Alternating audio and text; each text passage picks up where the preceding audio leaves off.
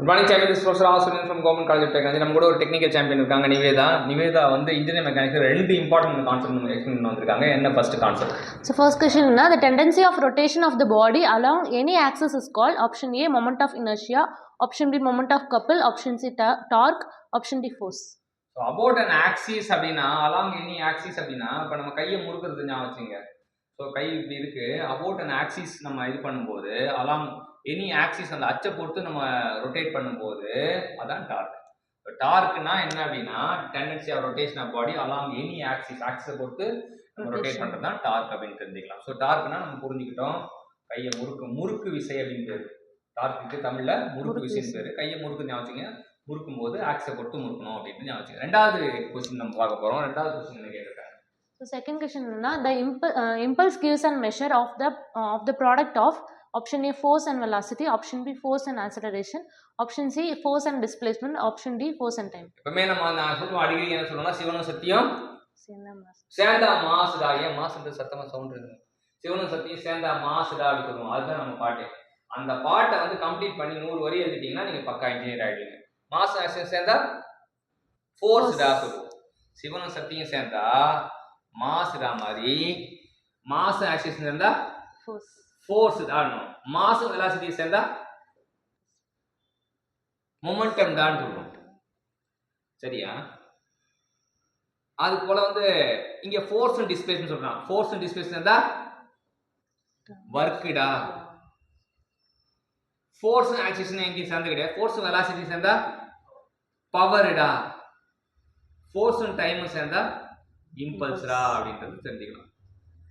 இம்பல்ஸ்ரா I dot சொல்லலாம். இல்லை இம்பல்ஸ்னு தனியாக நோட்டேஷன் வந்து நம்ம எங்கேயும் ஸ்பெஷலாக யூஸ் பண்ணால் இம்பல்ஸ்ரா அப்படின்னு. ஸோ இந்த மாதிரி இவங்கெல்லாம் வந்து டெக்னிக்கல் ஜோடி. சரியா? இந்த ஜோடியை நான் பார்த்துருக்கேன். எங்கே பார்த்துருக்கேன் அப்படின்னா பவரில் பார்த்துருக்கேன். இந்த ஜோடி எங்கே பார்த்துருக்கேன்? எங்கேயும் பார்த்தே கிடையாது.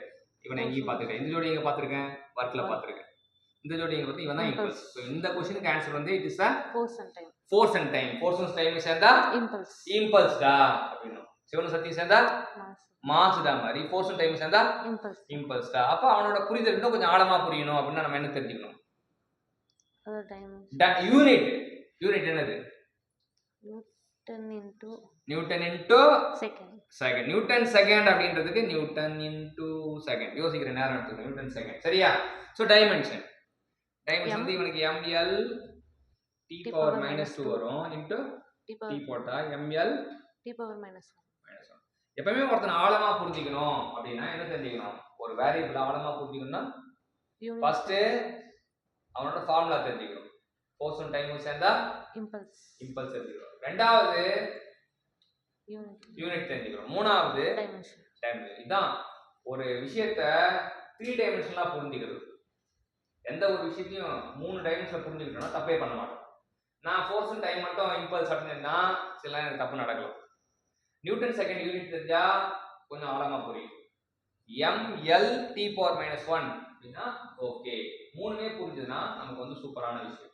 ஸோ இன்னைக்கு 2 விஷயத்தை கற்றுக் கொடுத்தாங்க. டார்க்னா ரொட்டேஷன் அபவுட் த ஆக்சிஸ். வீட்டில் சண்டை போடும்போது அக்கா கிட்டேயோ அண்ணன் கிட்டேயோ தங்கச்சி கிட்டேயோ சண்டை போடும்போது கையை பிடிச்சி முறுக்கும்ல, முறுக்கு விசை அப்போ தெரியும். About and axis. ரெண்டாவது ஃபோர்ஸ் அண்ட் டைம் சேர்ந்தா இம்பல்ஸ். யூனிட் வந்து நியூட்டன் செகண்ட். டைமென்ஷன் வந்து ml t பவர் -1. இந்த 2 விஷயத்தையும் நமக்கு சூப்பரா கற்றுக் கொடுத்த டெக்னிக்கல் சாம்பியன் நிவேதாக்கு தேங்க்யூ.